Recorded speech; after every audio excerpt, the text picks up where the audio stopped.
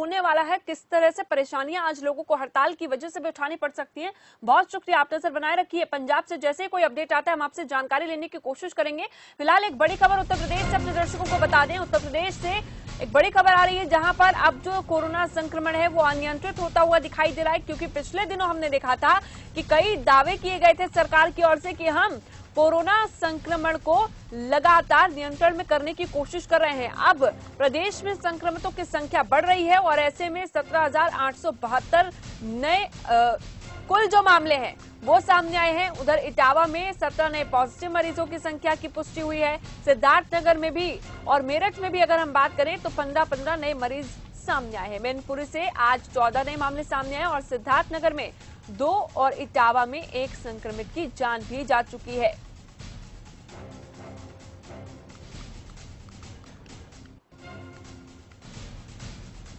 धर्मेंद्र कुमार इस वक्त हमारे संवाददाता जुड़े हुए हमारे साथ।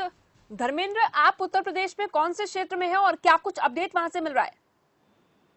मैं उत्तर प्रदेश के इस टाइम मेरठ क्षेत्र में हूं और अगर मेरठ की बात करें तो मेरठ में जो कोरोना का कहर है वो बिल्कुल इतना बरपा रहा है लोगों पर कि लगातार जो संख्या बढ़ती जा रही है, लोगों को अपने आक्रोश में धकेलता जा रहा है कोरोना, जिससे लोग दहशत में हैं। वहीं लगातार कोरोना से लोगों की संख्या, जो मरने वालों की संख्या, उसमें लगातार इजाफा होता जा रहा है, क्योंकि रात भी एक कोरोना पेशेंट की मृत्यु हो गई थी। वही कल 15 की पुष्टि हुई थी और रात में फिर कुछ 4 लोगों में और पुष्टि हुई है, यानी कि कल से अब तक जो पुष्टि हुई है 19 लोगों में अब तक पुष्टि हो चुकी है। लगातार प्रशासन की कोशिश नाकामयाब दिख रही है, क्योंकि अभी जो लखनऊ से एक टीम आई थी उस पे भी जो लगातार काम कर रही है, लेकिन इस पर अंकुश लगाना, जो कोरोना की चैन है वो लगातार मजबूत हो रही है, उस पर अंकुश लगाना मुश्किल होता जा रहा है। प्रशासन की मुसीबतें बनी हुई हैं। वहीं लोग भी समझने के लिए इस चीज को तैयार नहीं है, क्योंकि लोगों ने निकलना बढ़ना तो शुरू कर दिया, लेकिन जो जिम्मेदारी होती है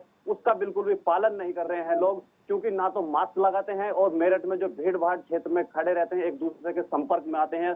दिक्कत सिर्फ उन्हीं लोगों का है जो जिसके बाद में जो कोरोना पुष्टि हो जाती है, जिसमें उन लोगों को दिक्कत होती है, उस क्षेत्र को दिक्कत होती है। बाकी जहां कोरोना पुष्टि नहीं हुई है अब तक, उन लोगों में कोई दिक्कत नहीं है, क्योंकि जब बाहर से लोग उन लोगों से मिलने आ रहे हैं, मिलना जुलना शुरू कर दिया है लोगों ने। और वहीं से सबसे बड़ा मेन कारण यही है कि चैन तोड़ने में जो प्रशासन वो नाकामयाब दिख रहा है, जिस तरह से अनलॉक 1 चल रहा है, जब से मेरठ के हालात ज्यादा खराब होते जा रहे हैं। और पिछले 24 घंटे में हम देखें तो अलग अलग क्षेत्रों में कुल मिलाकर काफी ज्यादा नए मामले सामने आए उत्तर प्रदेश से, जहां चिंता बढ़ गई है अब। बिल्कुल, अगर मैं हापुड़ की बात करूं तो हापुड़ में भी जो लगातार जो कोरोना अपना कहर बरपा रहा है, हापुड़ को सील भी कर रखा है कुछ जगह को, लेकिन फिर भी हापुड़ से मामला रुकने का नाम रहेगा। बुलंदशहर की बात करें तो बुलंदशहर में भी लगातार 17-18 मरीज लोग रोज मिल रहे हैं। और इससे चिंताजनक अगर पूरी यूपी की बात करें तो यूपी को इस समय कोरोना ने अपने आगोश में इस तरह से घेर लिया है कि उससे निकल पाना अब बहुत मुश्किल हो रहा है। जहां प्रशासन ने एक काम तो सही किया है प्रदेश सरकार ने, कि अब की बार जो कांवरियों की जो यात्रा थी उस पर रोक लगा दी। रोक लगाने का सिर्फ मेन कारण ये था क्योंकि इस पर अंकुश लगाना बहुत मुश्किल होता जा रहा है। वहीं लोगों ने अब खुद समझ लिया है कि अब उन्हें कोरोना के साथ ही जीना है और खुद बचाव करना है, क्योंकि ना तो इसकी कोई वैक्सीन बनी है अभी तक और ना ही किसी प्रकार का कोई ठीक से ट्रीटमेंट है। इसका प्रशासन क्या करे, क्योंकि कोई वैक्सीन नहीं बनी है। अपनी तरफ से लगातार कोशिश तो कर रहा है, लेकिन जिसके अंदर ज्यादा पुष्टि होती है, जिसकी एज ज्यादा है, उसको बचाने में नाकामयाब हो जाते हैं, क्योंकि जो कोरोना वायरस है जो जिस प्रकार से बुजुर्ग व्यक्ति पर जो अपना कहर जो बरपाता है वो इससे झेल नहीं पाता है। वहीं बच्चों की बात करें तो बच्चों में भी संक्रमण की पुष्टि होनी शुरू हो गई है। वहीं देहात की बात करें तो सिटी से देहात में भी ये धीरे धीरे अग्रसर होता जा रहा है। कई मेरठ के कई गांव ऐसे हैं जिनमें धीरे धीरे ये अग्रसर हो गया और लगातार जो पुष्टि होती जा रही है और निकलते जा रहे हैं कोरोना पॉजिटिव। इससे बहुत बड़ी चिंता का विषय मेरठ में बना हुआ है। और धर्मेंद्र, आपने जैसा कहा, क्योंकि सरकार भी कह रही है कि कोरोना के साथ जीने की आदत हमें डालनी होगी, लेकिन इसका अर्थ ये नहीं है कि हम उससे डरे ना, यानी कि उससे डरना बंद कर दें और अपने आप में लापरवाही बरतें, जो सबसे ज्यादा तस्वीरों में दिख रहा है अभी। जी बिल्कुल, अगर मैं बात करूं तो हमारे माननीय प्रधानमंत्री नरेंद्र मोदी ने कहा था कि इस चीज से डरने की जरूरत नहीं है। अगर डरोगे तो समझो वो गया, क्योंकि इससे अगर डरेंगे तो सिर्फ अपने आप को सेफ रखना है, दूसरे के संपर्क में नहीं आना है, दूसरों के टच से दूर रहना है। अगर किसी बाहर के लोगों को घर में बुलाने की आवश्यकता नहीं है, इस प्रकार के अगर लोग अपने आप ही अक्सर अपने आप ही इस तरह से अगर हो जाते हैं, लोगों में अगर दिमाग में आ जाता है, तो शायद इस पर अंकुश लग सकता है। क्योंकि प्रशासन सिर्फ ट्रीटमेंट कर सकता है, लोगों को जागरूक कर सकता है, लेकिन लोगों को खुद जागरूक होना पड़ेगा इस चीज के लिए। बिल्कुल, लोगों को खुद जागरूक भी होना पड़ेगा। लेकिन इसके साथ ही जब हम उत्तर प्रदेश में कई बड़े दावों की बात करते हैं, ट्रूनेट मशीनें भी लगाई गई थी, तो उन ट्रूनेट मशीनों से क्या कुछ अब तक रिजल्ट निकल पाया है? कितनी जांच हो रही है? ट्रूनेट मशीन जो मेरठ में अभी 2 लगी हैं, उसमें सिर्फ उन लोगों की ट्रीटमेंट हो रहे हैं, मतलब कि जो प्रेग्नेंट महिला है या फिर एक्सीडेंटल केस हैं। सबसे ज्यादा अगर उनको दिक्कत होती थी कि भाई इनके अंदर कोरोना पुष्टि तो नहीं है, उन लोगों को उन चीजों को लेकर जो डोनेटेड मशीन मेरठ में भी लगाई, 2 मशीनें लगाई हैं, उसमें प्रक्रिया सबसे सही है। अगर कुछ सैंपलिंग अगर उनसे अलग से ली जाती है, तो तकरीबन रोज 250 से 300 सैंपलिंग उनसे होती है। और मतलब इस प्रकार से सही कार्य तो हो रहा है, लेकिन प्रशासन के लाख दावे के बाद में भी कि हमारे जो स्वास्थ्य अधिकारी हैं वो सही से काम कर रहे हैं, काम तो सही कर रहे हैं, लेकिन सबसे बड़ी दिक्कत और चिंता यही है कि लोग ठीक नहीं हो पा रहे हैं। लगातार संख्या बढ़ती जा रही है उस चीज को लेकर, कोरोना को लेकर सबसे ज्यादा। जी, जांचों का दायरा भी बढ़ाने की बात कही जा रही थी, लेकिन इसके साथ साथ अभी जो लोग कोरोना संक्रमित पाए गए हैं, उनका इलाज अस्पतालों में किस तरीके से हो रहा है? क्या उनकी खास तौर पर जो स्थिति है वो ठीक है या नहीं? क्योंकि आप इस वक्त ग्राउंड पर मौजूद हैं धर्मेंद्र, तो आप लगातार देखते हैं उस मौजूदा स्थिति को, वो कैसी नजर आ रही है? अगर ट्रीटमेंट की अगर हिसाब की बात करें तो वो लगातार सही है। ट्रीटमेंट तो मेरठ में सही चल रहा है। यूपी के कई जिले से ऐसी भी सूचना आती है कि कहीं कहीं जो कोरोना पेशेंट की मृत्यु हो जाती थी, उसके बाद में रिपोर्ट आती थी। लेकिन जो प्रदेश सरकार ने जो एहतियात बरता है और लोग जिस प्रकार से अपनी टीम को सचेत किया है और लगातार इस पर काम करने के लिए कड़े निर्देश दिए हैं, तब से अब तक अब तो जो जहाँ पर ट्रीटमेंट चल रहा है वहाँ पर सीसीटीवी कैमरे में निगरानी रखी जा रही है। जिला प्रशासन के द्वारा किसी प्रकार की कोई दिक्कत अगर सामने आती है तो तुरंत उस पर एक्शन लिया जाता है।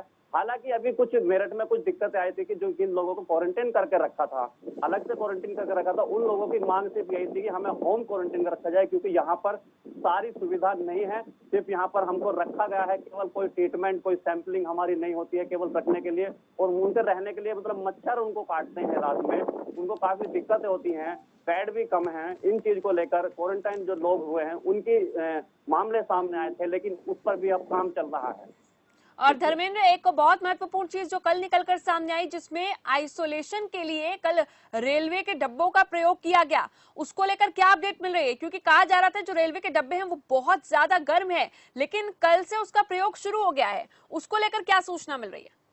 जी बिल्कुल, मेरठ में काफी समय से इसकी तैयारियां चल रही थी। लगभग 7-8 डब्बे थे, उनको आइसोलेशन वार्ड बनाया गया था, लेकिन उन पर काम नहीं चला। बना तो लिया था, लेकिन अब उन पर काम होना धीरे धीरे शुरू हो गया। गर्म है, लेकिन उसके अंदर अभी ऐसा कोई एसी वगैरह इस प्रकार की कोई चीज अभी नहीं लगाई है कि मतलब कि जो उन लोगों को दिक्कतें दूर हो सके। लेकिन प्रशासन इस पर मेरठ में काम कर रहा है।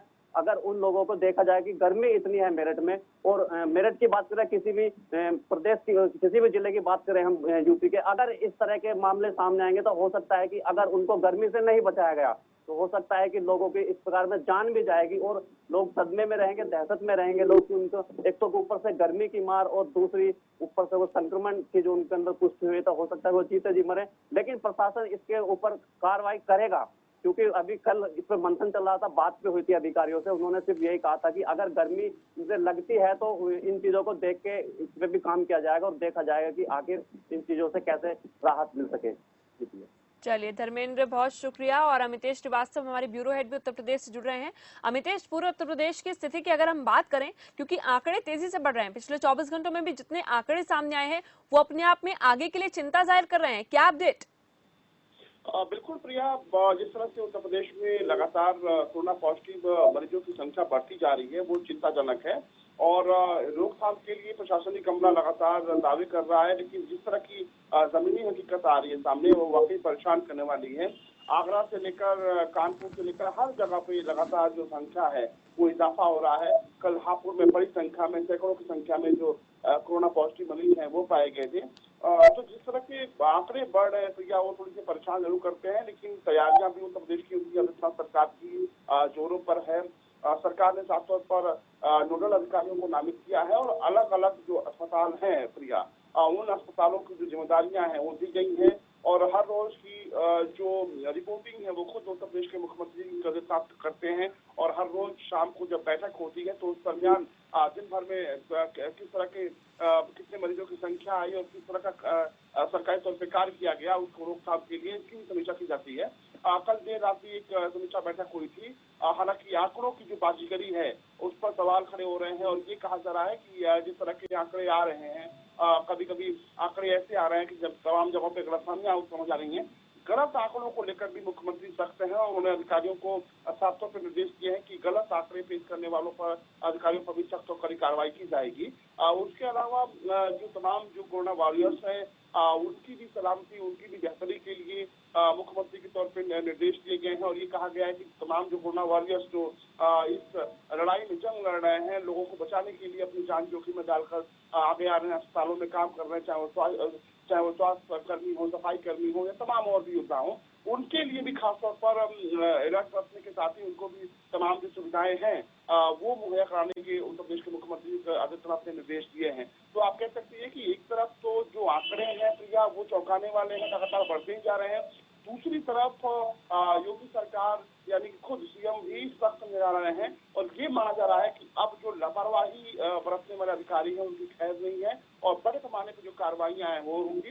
लेकिन दूसरी तस्वीर एक और प्रिया जो परेशान करने वाली है, तमाम जगहों पे खबरें उत्तर प्रदेश के अलग अलग इलाकों से आ रही हैं और उन जगहों पे जो खबरें आ रही हैं उसके हिसाब से तस्वीरें जो हम देख रहे हैं वो थोड़ी सी चिंताजनक है, परेशान करने वाली है। हम बात कर रहे हैं पीपीई की किट की, तमाम ऐसी चीजें हैं जो इस्तेमाल किए हुए हैं और जिनके गाइडलाइंस के मुताबिक उनको बेहतर तरीके से डिस्पोजल करना होता है। लेकिन तमाम जगहों पे ऐसे ही अस्पतालों के बाहर और कहीं न कहीं जो तमाम पीपीई किट हैं या फिर तमाम उससे जुड़े हुए कोरोना से जुड़े हुए जो डिस्पोजल जो सामान है वो फेंके जा रहे हैं और मुझे लगता है कि इसका भी संक्रमण पर बड़ा असर पड़ा है और जो तस्वीरें आ रही हैं वो इसे परेशान करने वाली हैं।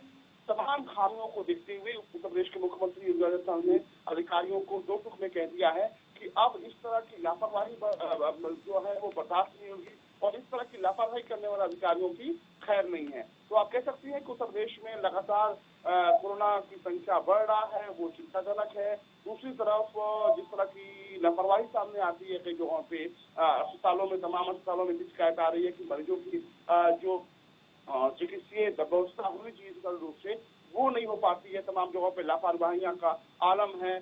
तो ऐसे में मुख्यमंत्री की सख्ती साफ बता रही है कि अब लापरवाह अधिकारियों की खैर नहीं है। वहीं जो बढ़ते आंकड़े बता रहे हैं कि अगर आम आदमी उत्तर प्रदेश में क्योंकि जो लापरवाही बरत रहे हैं अगर वो नहीं अभी भी अगर अपने को नहीं जीते और इसी तरह के आंकड़े बढ़ते रहे तो आने वाले दिनों में बिल्कुल आने वाला समय कितना चिंताजनक हो सकता है उस पर विचार करने की अभी आवश्यकता है। फिलहाल बहुत शुक्रिया अमितेश श्रीवास्तव, हम तक उत्तर प्रदेश की सभी जानकारी पहुंचाने के लिए।